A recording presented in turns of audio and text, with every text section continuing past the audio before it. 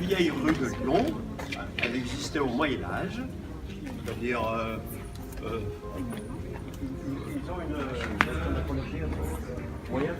Bon, il y a très longtemps, elle existait et elle reliait la partie haute de la ville à la partie basse où on va. Alors, comme c'est une rue très ancienne, elle n'est pas droite comme les rues actuelles, vous voyez, elle fait des virages. Oui.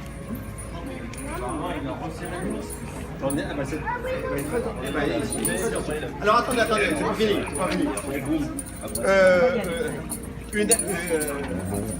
à plusieurs reprises, les papes sont venus à Lyon et ils couchaient dans un couvent qui se trouvait au-dessus, à Saint-Just, vers l'église Saint-Just, la nouvelle église Saint-Just. Et un jour, il y avait un cortège. Le pape allait à la cathédrale, à Saint-Jean, où on va aller tout à l'heure, la cathédrale. Il était monté sur un âne. Il descendait, c'était le moyen de. C'était le bus de l'époque, hein, un âne. Il était sur un âne. Et il y avait beaucoup de monde qui le regardait.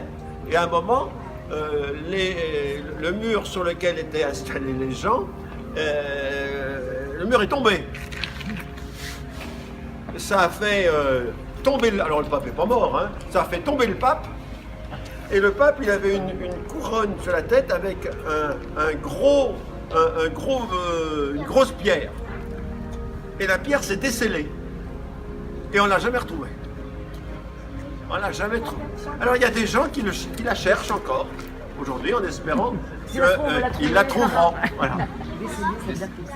C'est une grosse pierre, une grosse pierre précieuse qui était sur sa couronne et elle s'est décellée, elle est tombée. Et personne ne l'a retrouvée. C'est vrai ou pas? Elle est partie de son support. Bien sûr, c'est vrai.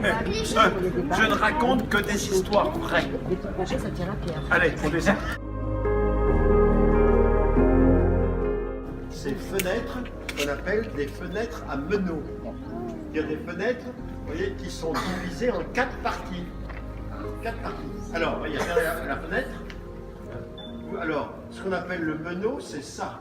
C'est la partie comme ça. Voilà. Ça s'appelle le centre de la. Et la partie comme ça s'appelle une traverse. Voilà. Voilà, comme un chemin de traverse. Meneau et traverse. Ça fait une croix, vous voyez? Et toutes les fenêtres de la maison, elles sont comme ça. Et ça, elles sont toutes comme ça, vous voyez? Et ces fenêtres, elles sont, puisqu'on va faire la Renaissance tout à l'heure, eh bien elles sont caractéristiques de la Renaissance. Quand on a des fenêtres comme ça, eh bien on peut dire c'est une maison qui a été construite à la Renaissance. On vous dira tout à l'heure ce que c'est que la Renaissance. Beaucoup de maisons de la Renaissance, pas beaucoup, un certain nombre ont perdu leurs meneaux comme ça au cours des siècles, et aujourd'hui on essaye de les reconstituer avec des meneaux neufs, mais pour redonner le même aspect. Vous pouvez leur rappeler meneau, parce que je suis sûr qu'ils ne savent pas comment l'écrire. Alors meneau, ça s'écrit Meneau. M-E-N-E-A-U.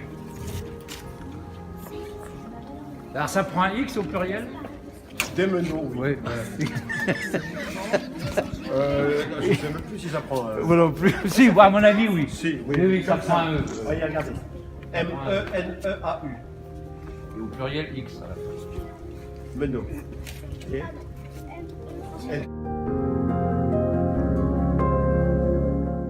Regardez là. Vous tournez le dos à la cathédrale. Vous regardez la colline de Fourvière. Lui, il est ailleurs. Avec au sommet la basilique. La basilique, elle est récente. Et cette colline de Fourvière, là, vous avez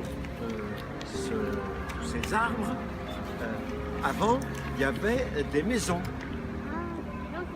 Et puis oui, c'est bien. Et puis en 1930, la colline s'est effondrée, les maisons ont été détruites et il y a eu 43 morts. 43 morts. 43. À la suite de... il y a eu beaucoup d'eau et puis des canalisations qui ont débordé, qui ont éclaté. Et puis la colline s'est effondrée. C'est pour ça que depuis, on a planté des arbres pour retenir la terre. Vous voyez, il n'y a plus de maison. Il n'y a plus de maison.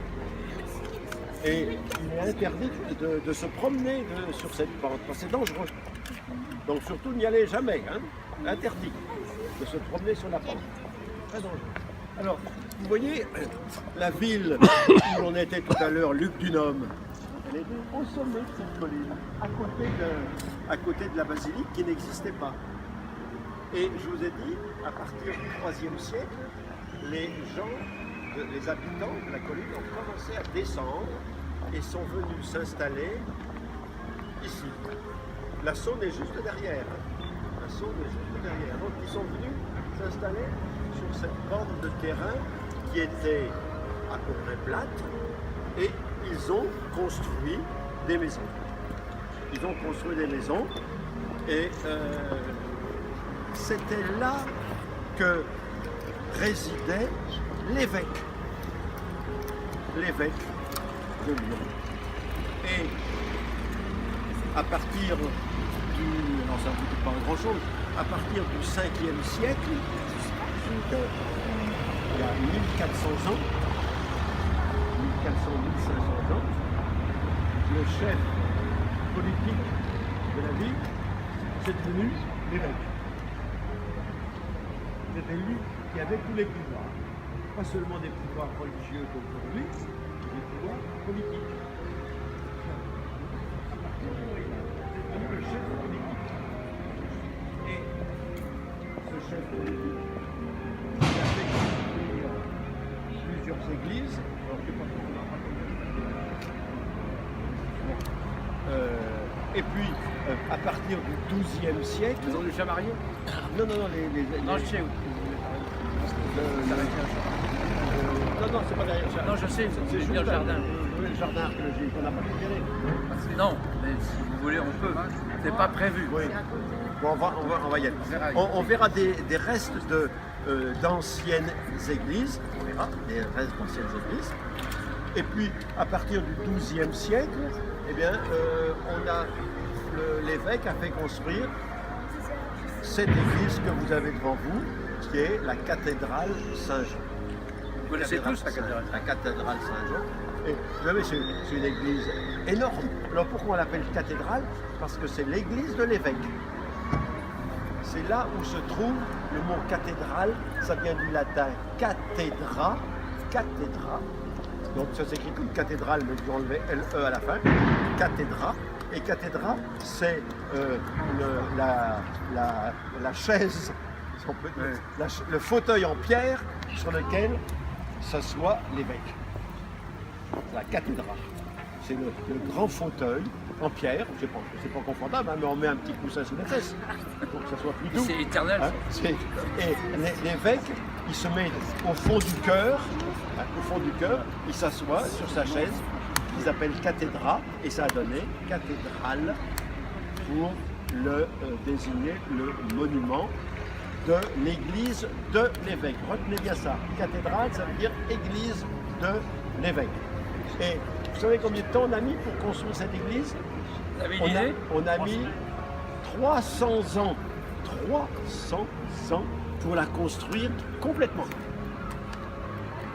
300 ans. C'est beaucoup. Ah oui, c'est beaucoup. Parce que à cette époque, très souvent, au fur et à mesure que les travaux se déroulaient, montaient, il y avait parfois des effondrements. Donc il fallait recommencer. Il y avait beaucoup d'ouvriers. Et c'est pour ça que on a mis peut-être 100 personnes.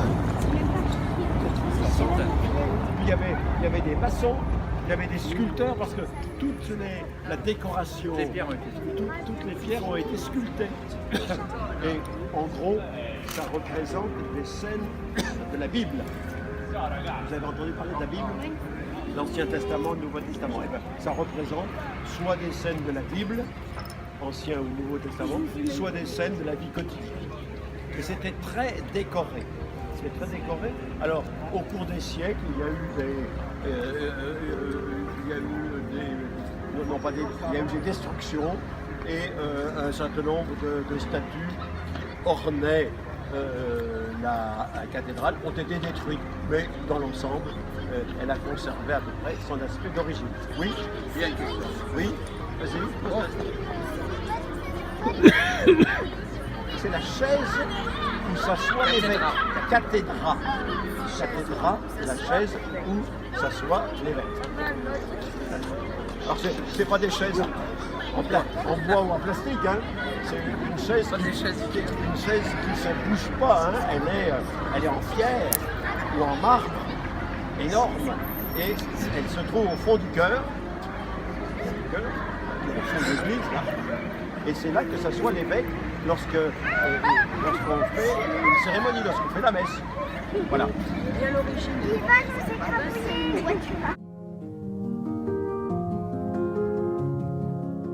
de deux églises. Il reste vous avez une première église ici, devant vous, et puis vous avez une deuxième.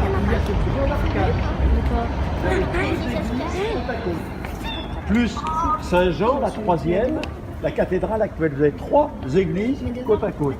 Mais ces deux-là ont été détruites au cours des âges et on avait construit par-dessus des immeubles.